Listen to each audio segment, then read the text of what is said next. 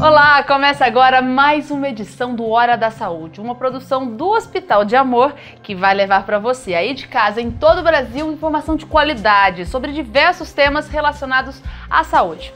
A adolescência é uma fase da vida em que há muitas mudanças.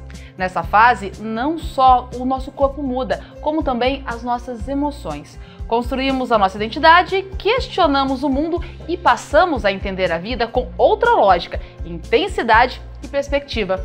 É nessa fase que a gente passa a entender mais a nossa origem, a nossa cultura e encontramos a nossa tribo. Nessa fase, toda uma geração ganha cara e ganha endereço. E para me ajudar nessa discussão tão interessante, Dr. Marcelo Gobo Júnior, meu parceiro de programa, ele que é médico da família e especialista também nesse assunto, não é, Dr. Marcelo? É isso aí, Glaucia. A adolescência é um momento de vida muito importante. Quem não foi adolescente, né? Ser adolescente é muito importante, né? E como é ser adolescente? Como era na sua época? Não faz tanto tempo assim. Não, ainda bem. Mas a gente tem uma mudança nas gerações no que é ser adolescente ao longo do tempo, né? E a gente sempre acha que as coisas são muito diferentes.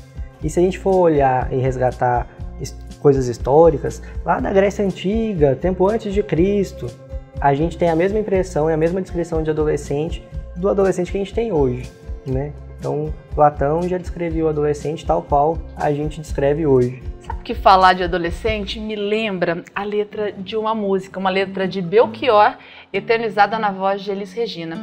Minha dor é perceber que apesar de termos feito tudo o que fizemos, ainda somos os mesmos e vivemos. Ainda somos os mesmos e vivemos como os nossos pais. Nossos ídolos ainda são os mesmos e as aparências não enganam, não. Você diz que depois deles não apareceu mais ninguém. Você pode até dizer que eu tô por fora ou então que eu tô inventando. Mas é você que ama o passado e que não vê. É você que ama o passado e que não vê que o novo sempre vem. Hoje eu sei que quem me deu a ideia de uma nova consciência e juventude está em casa, guardado por Deus, contando viu o metal. Música linda, dava vontade de cantar, mas eu não me arrisco. E isso tem a ver com saúde, Marcelo? Tem a ver com saúde e tem a ver com essa ideia de que a gente acha que as gerações mudam muito, mas o comportamento ainda é o mesmo. Vamos sentar para falar sobre isso. Vamos sim. Como dos nossos pais, né?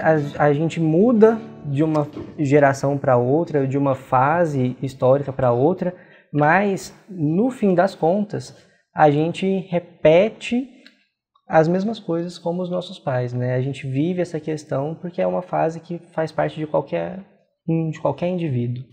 Realmente, Marcelo, e olha só, mesmo com a desaceleração no ritmo de crescimento da população jovem no Brasil, de acordo com o IBGE, hoje a geração de adolescentes e jovens de 10 a 24 anos de idade é significativa, representando pouco mais de 36% de toda a população brasileira.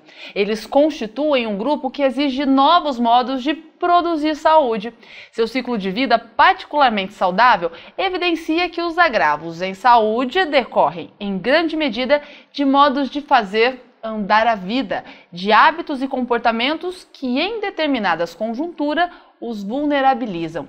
As vulnerabilidades produzidas pelo contexto social e as desigualdades resultantes dos processos históricos de exclusão e discriminação são os principais determinantes de direitos e oportunidades dos adolescentes e jovens brasileiros. Caso preocupante, sério e que é uma realidade gritante no Brasil. Exatamente, Glaucia. Como a gente pode perceber, ao longo do tempo, conforme vão passando os períodos da história, os problemas sociais mudam, mas o risco e a vulnerabilidade ainda permanece, né?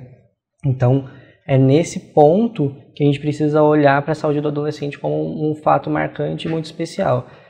Vou exemplificar para você. Imagine você ser adolescente durante a ditadura militar, por exemplo. A gente tem um contato, um momento de constituição física e de processo de construção da identidade em que a gente naturalmente vai questionando nosso pai, nossa mãe, será que é assim mesmo? Tem que ser desse jeito? A gente questiona o mundo à nossa volta. Isso tem uma implicação social, assim como isso tem uma implicação social muito maior, ou maior não, mas muito diferente do que é hoje, em que você tem acesso a determinadas questões que não tinha antes, né? Então, por exemplo, em relação ao trabalho.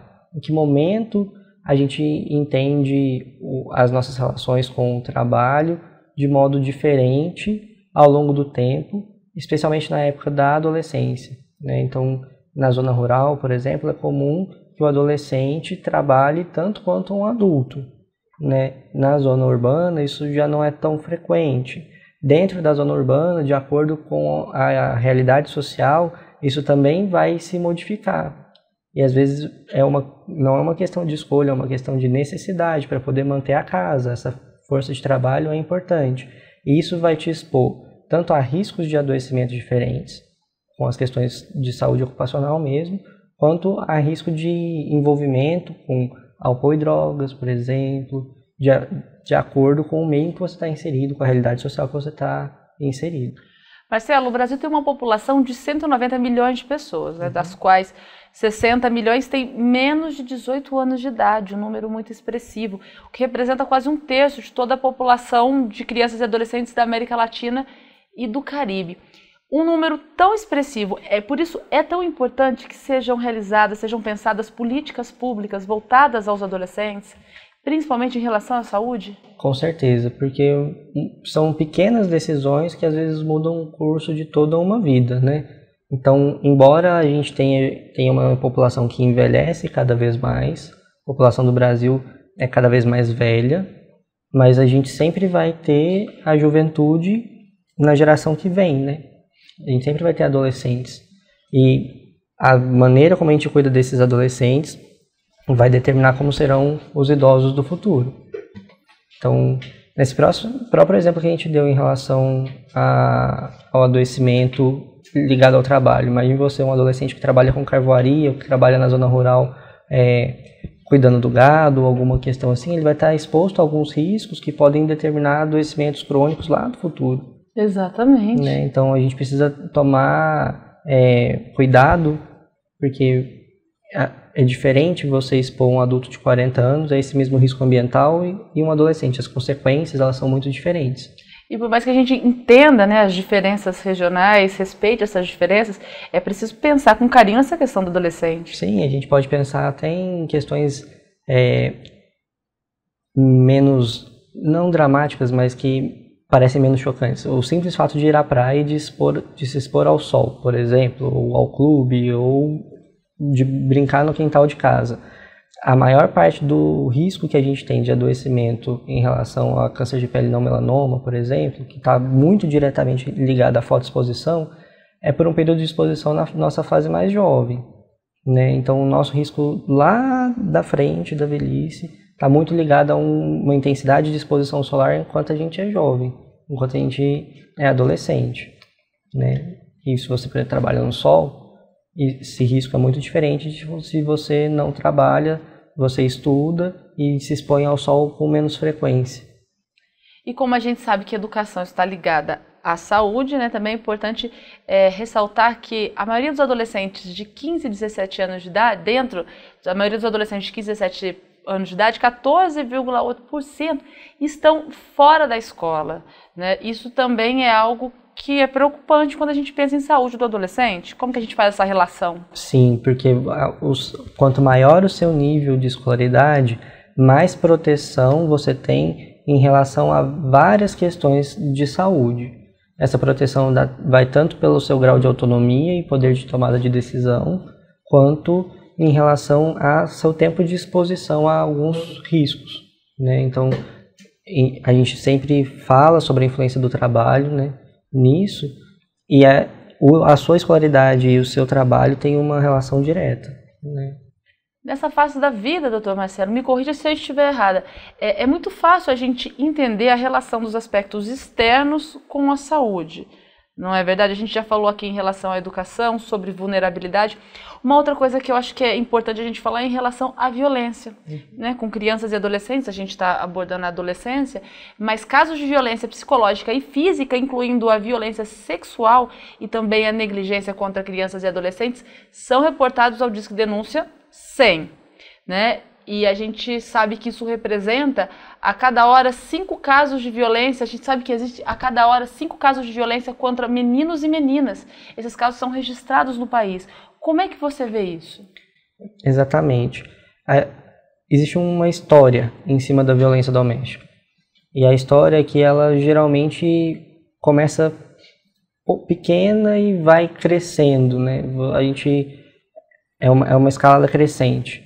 E por que a escolaridade salva em relação a isso?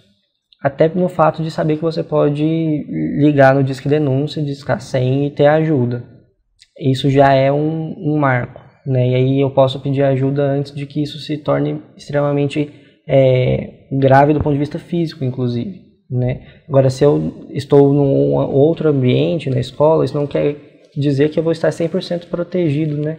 Mas eu estou mais protegido em relação à agressão e violência doméstica, por exemplo, do que se eu estiver 100% dentro de casa. Exemplo mais evidente disso, a pandemia de Covid-19, enquanto a gente tem uma mudança na dinâmica familiar e que os números de denúncias em relação à violência doméstica aumentam muito, não só no Brasil, como em vários outros países, né? Porque quanto mais tempo de exposição, maior o risco.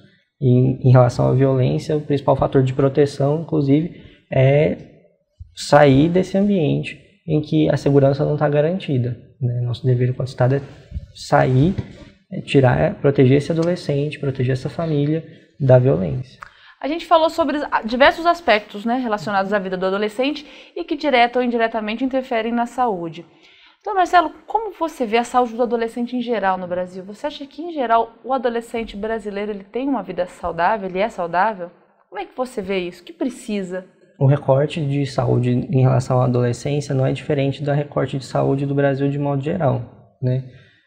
A gente está influenciado pelos mesmos grandes fatores em relação à nossa saúde. A gente tem desenhos de políticas e de intervenções em saúde desenhadas para o adolescente que são muito boas e que se manifestam de modo prático com relativa eficácia. A grande questão é entregar a todo mundo. Talvez hoje a gente consiga entregar de modo geral, mas não consegue entregar a cada um. E o grande desafio é conseguir entregar a cada um, né? Por isso essas questões sociais são tão importantes para a gente poder pensar e refletir sobre isso. Quanto mais em cima do determinante social eu invisto, mais eu mudo o desfecho para todo mundo e a cada um. Exemplo clássico, o tabagismo. Se você se lembrar aí, na época da Elis, da música, quantas pessoas fumavam durante a adolescência? Consumiam tabaco.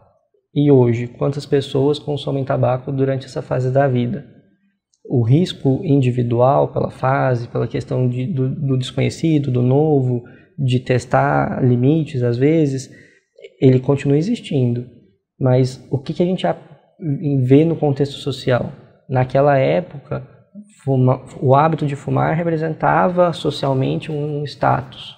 Hoje a gente, por medidas que não são a cessação do tabagismo do ponto de vista clínico, mas as propagandas incentivando não ao tabagismo, a dificuldade de acesso, existe uma sobretaxa de imposto, torna isso mais caro o acesso, eu não vendo para qualquer um, né? Eu preciso ser maior de idade para ter acesso. Isso vai tirando do meio social, através de medidas que são educacionais, por exemplo, o acesso ao tabaco. E aí a gente diminui o tabagismo. E diminuindo o tabagismo, se um adolescente não fuma, ele tem mais chances de não ser um adulto fumante. E aí ele vai ter menos incidência de diversas doenças, como o câncer, por exemplo. Olha só, nós estamos falando sobre saúde do adolescente, mas isso aqui está só começando. Daqui a pouco, Marcelo, acho que a gente poderia falar com um especialista também para nos auxiliar, para nos ajudar nessa conversa, para falar sobre como procurar ajuda para o adolescente na saúde básica, sobre o autocuidado. O que você acha? Com certeza, Glaucia. E aí, de antemão, a gente já sabe que vai ser de casa, né? E quem vai ser a nossa convidada? Já vamos adiantar para o pessoal aí de casa. A gente vai receber a doutora Laís Pereira, que é médica pediatra, e que vai nos ajudar a entender melhor quais são os problemas de saúde mais comuns na adolescência e onde procurar ajuda dentro do Sistema Único de Saúde. Tá vendo só? E você continua aqui com a gente daqui a pouquinho. Marcelo e eu voltamos com a doutora Laís para falar um pouco mais sobre a saúde do adolescente. A gente já volta.